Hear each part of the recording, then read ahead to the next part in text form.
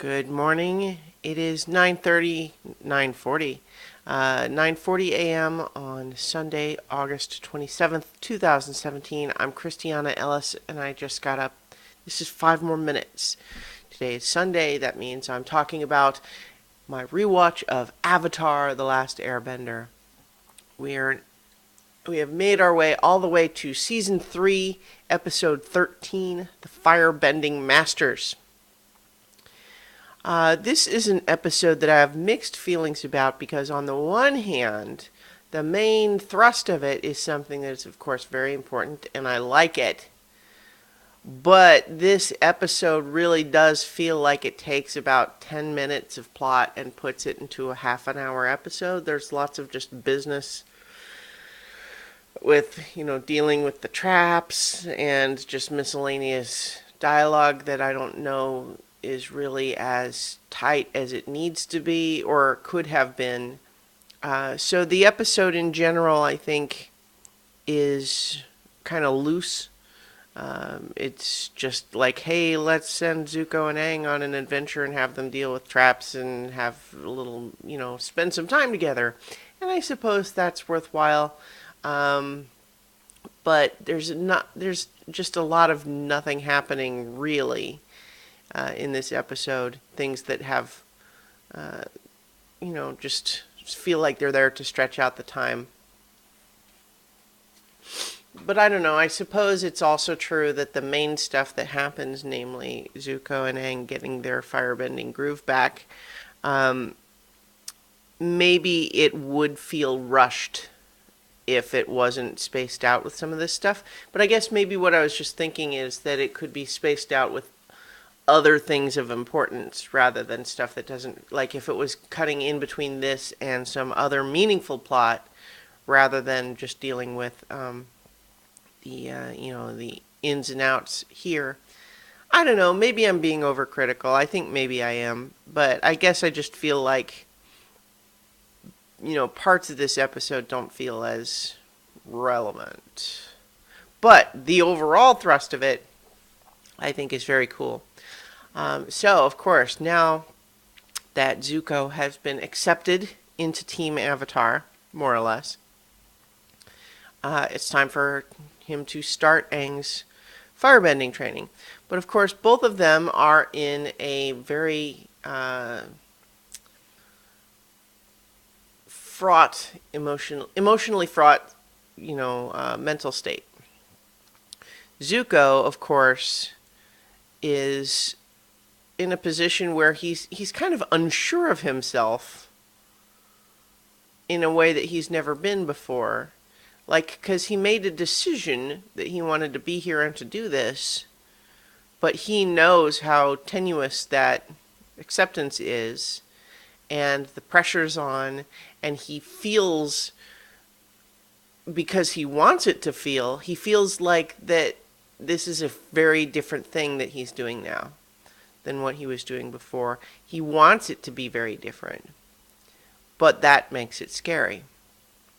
Likewise, Aang has still had his hang-up ever since the first time he tried fire bending way back in the Deserter back in Season 1. Has felt for a long time like, this firebending is dangerous and scary, and it just feels destructive and is kind of honestly antithetical to his personality, the way he's always seen it. And the fact that he's been pursued by firebenders all this time probably doesn't help that impression. Not to mention, almost dying at the hands of Azula. So firebending for him is just all fear and scariness and rage, and that is very difficult for Aang to tap into. And in fact, actually, it ties into something that becomes a broader part of the mythology, the idea that whichever elemental alignment the Avatar is born into in each generation, they find that element's opposite to be the hardest to master. So just as an example, when we deal with Korra, the next generation of the Avatar in Legend of Korra, she was born into the water-bending tribes, and finds air to be the hardest for her. Actually, that is what happens, and I'm just suddenly thinking, is air the opposite of water? I don't know. Air and fire. I don't know. They find which... Okay, now I've confused myself, and I don't really want to get back into it. But they do establish that each of them has an element that is difficult for them. For Aang, certainly that's fire. And so he is struggling to learn, but all of a sudden, when he suggests that Zuko demonstrate, Zuko is finding his own fire vastly diminished. And it does raise the question of, like, well, when was the last time we saw him really break out the big guns, so to speak, from firebending? And it's been a while, really. Because when we saw him confront his father, he did do the, redirect the lightning.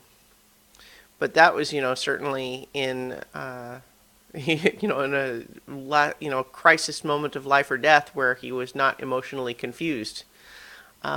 Whereas now, with the pressure on and the fear that can he really do this, is sapping his ability to firebend. And we also have the revelation of this difficulty to the rest of the party, and we see Katara kind of cruelly laughing at him and just pointing out the irony of, wouldn't it have been great if you could have forgotten how to firebend when you were chasing us instead of now when we need it.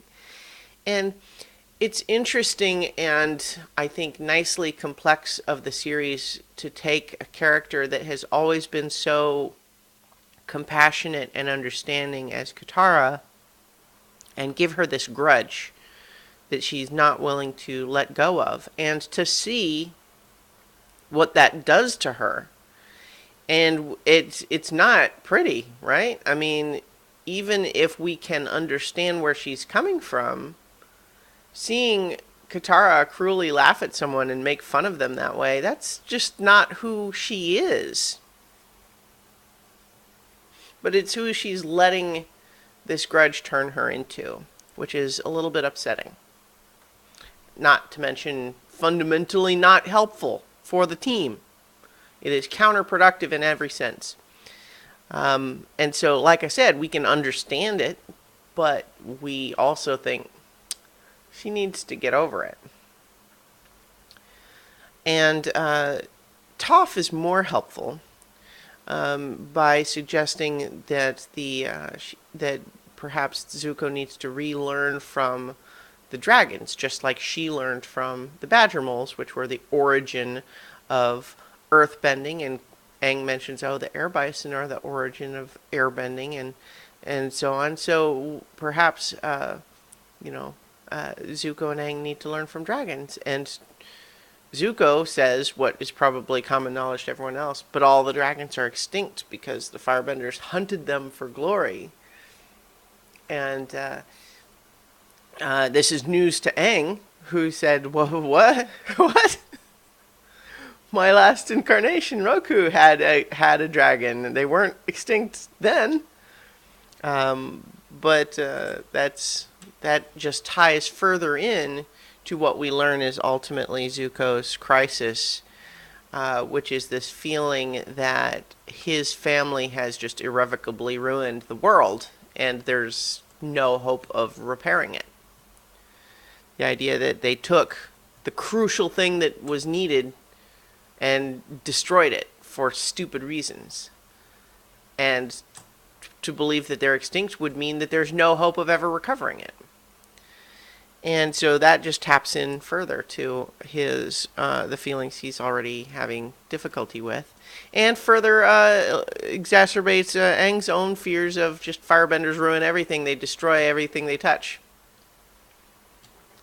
So we also have Sockos Contribution, which is, of course, again, played for kind of comic value, but then also making it a little bit more meaningful, which is to say that If Zuko's fire used to be driven by rage, then all they have to do is make him really mad.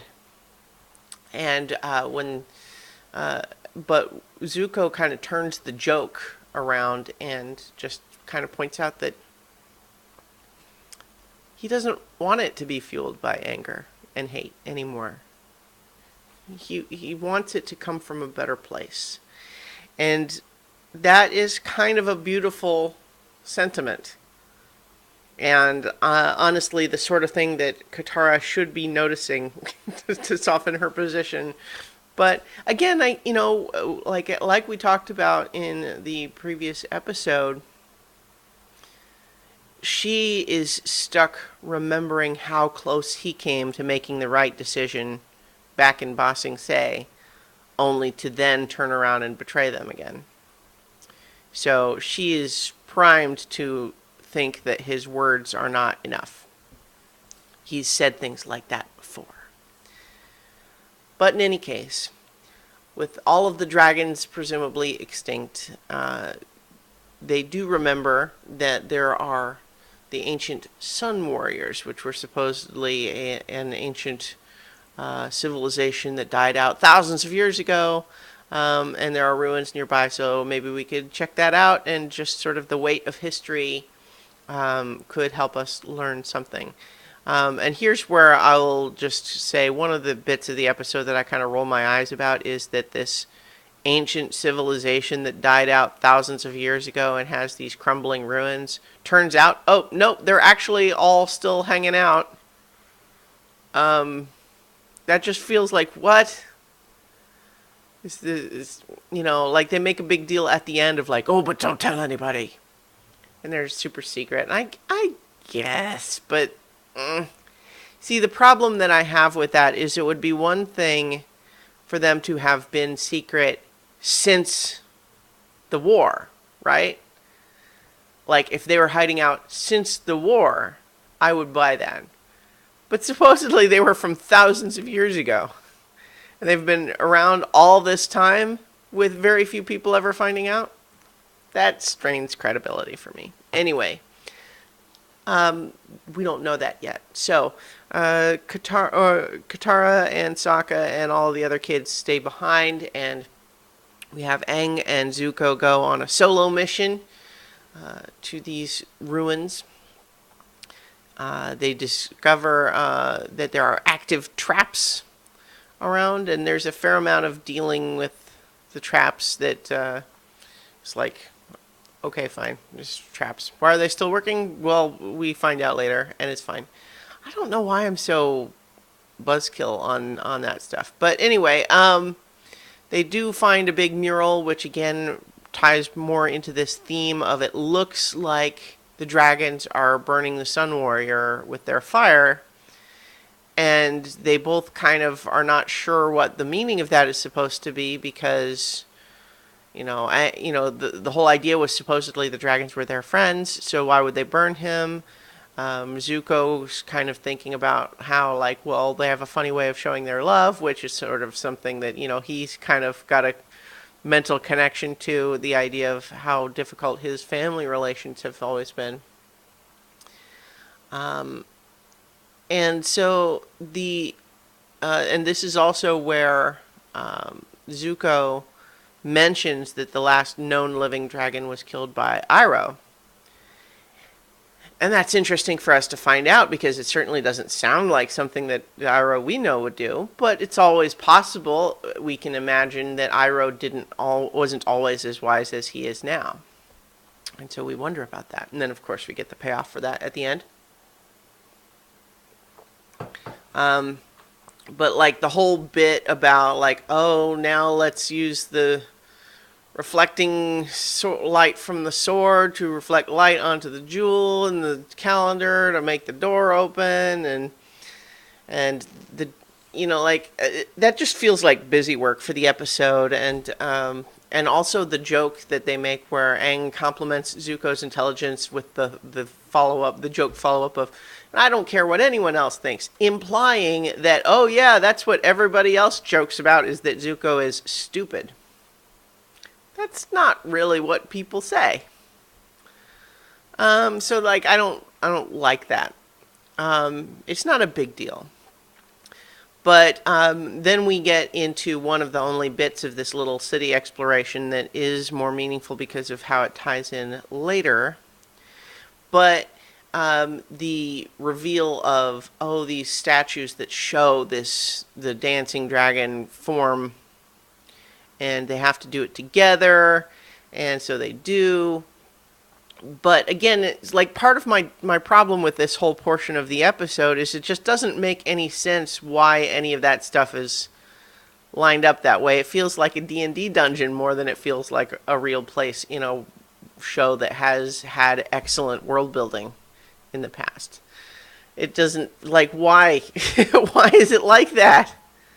If these people are actually still around and this is this revered treasure of theirs, why do they keep it in an old crumbling temple, surrounded by weird, goofy traps that can be figured out by a couple of kids, albeit smart ones? It's just like, why? And then the whole glue trap, like, what is that? It's just, I don't know. I mean, especially because the whole bit where they are kind of pinned up against this grating where they can breathe, but they're stuck and they have to stay there for a while. I mean, I feel like that seems like it's the setup for them to have an even more in-depth heart-to-heart. And they kind of sort of do, but not really, because all of a sudden now that's when the actual Sun Warriors just show up and just let them out. And then we have the whole thing with the first fire, which, again, feels vaguely like it's on theme, but doesn't ultimately matter, because they lose it anyway, and it doesn't matter. But, again, we're just sort of beating into the ground this idea that the firebending can be more. We're processing through the negative emotions that Zuko and Aang have in association with it. And so we get the idea that they have to go impress these Firebending Masters, Ran and Shaw, and they have to bring the first fire with them, and don't let it go too small, like we look at Aang, because if you're fearful, you won't, be able to maintain the heat, and don't let it get too big and out of control, and we look at Zuko. But again, it's like that feels theme-ish rather than a real meaningful part of the episode. And again, it doesn't matter because at the end they both lose the flame and nobody cares. But I do like that they realize that, the fear created by their worry, like, oh no, we lost the flame, now what? What are they going to do to us? But then them doing that dance they found, and that being what earns them the respect of the dragons. I like that. And then the dragons do their fire thing like they saw in the mural, but the fire swirls up around them without burning them, and it creates all of these beautiful colors that wouldn't have been evident in this mural. And it's really kind of beautiful and communicates the things that are important in this episode. For Aang, it shows him sort of the life force of it, how beautiful and harmonious it can be. It doesn't have to only be destructive. And for Zuko, it's almost more about the idea that the dragons are still around that gives him this hope of like, okay, maybe it really isn't, the world is not irrevocably broken. There's hope, maybe it can be fixed. And so he regains his inner drive by recognizing, hey, maybe the world can be fixed after all. Aang recognizes, oh, okay, maybe firebending's not all bad. We discover Iroh, oh yeah, he actually didn't kill the last dragon. He was here and he went through this same process and then lied about it to everybody to protect the dragons, which we were thinking, yeah, that sounds more like Iroh. And then, the whole joke of like, oh, but now that you know our secret, you have to stay here. Just kidding. But really don't tell anyone. I don't know, it's kind of funny, but it's like, this episode has a lot of just goofiness that seems more like it's intended to fill the episode, the half hour, than it does really important. I don't know why I'm hard on it, but that's just how I felt in this episode. Maybe I think at this point in the season, I'm just more and more impatient for the show to get on with it. I don't want to overstate that either, because the show is still great, but it's just, I think I'm just feeling the narrative momentum building up when they take too long to do various beats. But so in any case, they're both now able to firebend. They get their firebending groove back as previously suggested. Also, when they come back, there's a whole bit of business where they're demonstrating it, and everyone wants to make fun of, like, oh, it's like dancing, haha, that's like dancing. And Zuko's like, it's not like dancing, it's just called dancing. And I'm like, what? Who cares? I don't care about any of that. It doesn't feel like it actually belongs to the rest of the show. So, I don't know. Like I said, there's big chunks of that just really didn't feel, I don't know, didn't feel right to me. Now, that said, the writer was the same writer that wrote a whole bunch of other great episodes, so it's not like they brought in some new guy. And I don't know, maybe nobody else feels that way about this episode, but anyway. The parts that I like are great, and that's about 10 minutes of the episode. The rest of it feels like filler. Anyway, I've got to go, so I will talk to you guys tomorrow for 5 more minutes.